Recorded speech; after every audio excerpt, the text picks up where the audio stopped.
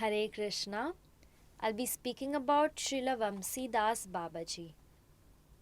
Srila Vamsidas Babaji appeared in the village of Majidpur in the Jamalpur district of Bangladesh near the city of Jamalpur.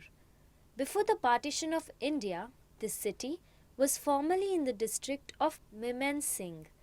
According, his father's name was Sanatan Malobrahma, and he was previously known as Bhairav. Babaji Maharaj came to Nabadweep from East Bengal. He was a Paramahamsa Vaishnav who acted in the manner of an Avdut. The word Avdut refers to one who has shaken off from himself all worldly feelings and obligations. He does not care for social conventions, particularly the Varnashrama Dharma, that is, he is quite eccentric in his behavior. Nityanand Prabhu is often characterized as an Avdut. He lived there under a tree on the banks of the Ganges, demonstrating a very high standard of renunciation. Srila Bhakti Siddhanta Saraswati Goswami Thakur was attracted by his Vaishnav behavior and his disregard for the rules and regulations of society at large, in the fashion of a Paramahamsa Avdut. He himself paid his obeisances to Babaji Maharaj from a distance, but did not allow his disciples to associate with him. For even though Babaji Maharaj was a Paramahamsa Vaishnav, an ordinary beginner in devotional practice would likely misunderstand his indifference to the rules and regulations and end up committing offences at his feet. The primary purpose of the rules and regulations is to bring pleasure to Sri Sri Radha and Govinda. A practitioner who has not yet overcome his mundane conditioning may very well judge an advanced Vaishnav according to the rules and regulations which were designed to help him advance to the next level of spiritual realization. If he measures a perfected soul by the standards which have been set for the beginner, there is a possibility of committing offences which could result in the fall down from the devotional path. It is said that Babaji Maharaj had 2 cloth bags.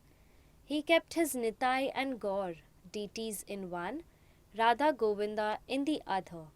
He regularly worshipped them, taking them out of the bags and serving them mentally with mantras.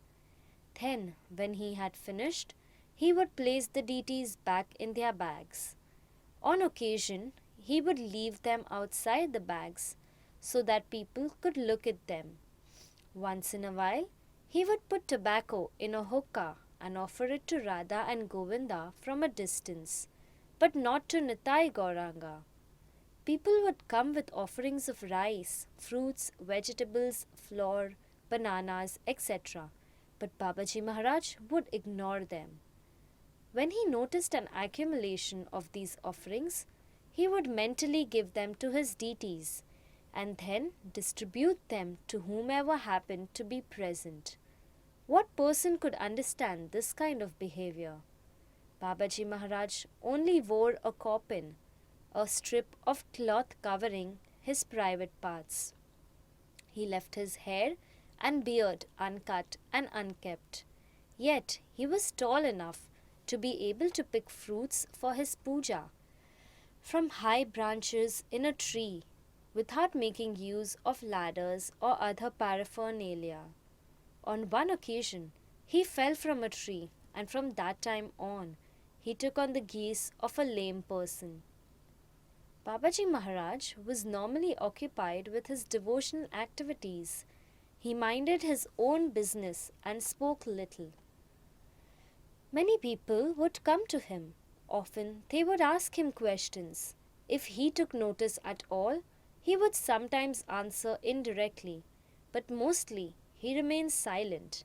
He would be observing talking to the deities, sometimes laughing, sometimes crying desperately. If he did give spiritual instruction, he would rarely cite scriptures. but always spoke from his personal realization. In 2 or 3 short phrases, he was often able to make a deep impression on the listener. Once he had a regular visitor who kept asking him, "How can we attain God?" Babaji Maharaj just remained silent, giving no answer to the questionnaire. One day, he suddenly looked at this visitor and asked him, "What do you want?" The fellow replied, "I want to find God." Babaji Maharaj answered in one word, "Cry." Those who visited him reported the short answers that he gave to their questions. Some of these were noted and are given as follows. "Baba, what should we do?" Answer: if you worship Nitai, you will get God. All your unhappiness will disappear and you will experience the beginnings of real joy. How can we become free from the demands of the senses? Shunya Govinda Raba, Apani Palabe Saba, Simha Rabe Yatha Karigan, Narottam Das. They will all flee at the sound of Govinda's name, just as the deer flee at the sound of the lion's roar. Baba, you find no happiness in this world. Then? Answer: there is no joy here, unless you worship Gaur Nitai. That is our eternal world, while this illusion is your world. Your happiness in this world is like the laughing or crying of a dreaming baby. How can we recognize the blessings of Krishna or the Vaishnavas? Answer: Je kare tumhara asha, tara karo sarvanasha. You ruin everything for someone who aspires to attain you. Kaha ke o taka de, kaharo taka ne. To some he gives wealth, while others are penniless. Tumas thane aparadhe nahi paritrana. There is no pardon for an offence at your, that is Vaishnav Thakur's feet. How can you stop it? Who will deliver you? Who will understand me if I try to explain? I haven't got the slightest bit of attachment to the Vaishnavas. Question: how will I attain Krishna's mercy? Answer: if you cry, you will get his mercy. Who cries? If you cry with tears of love, you will get the Lord's mercy. Mukhe bali hari, kaje anya kari, prema vare kokhe elona. I recite the names of Hari, but I act otherwise, so the tears of love do not well up in my eyes. How can we be happy? In renunciation or in enjoyment? Answer: there are saintly persons on the Sarayu who chant the names of Sita Ram. They are happy. They know no distress. Those who stay with King Duryodhan know no joy.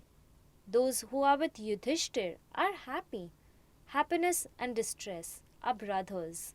Enjoyment and renunciation. Some people enjoy and some renounce. Babaji Maharaj's disappearance day was on the Shukla Chaturthi of Shravan. Thank you. Hare Krishna.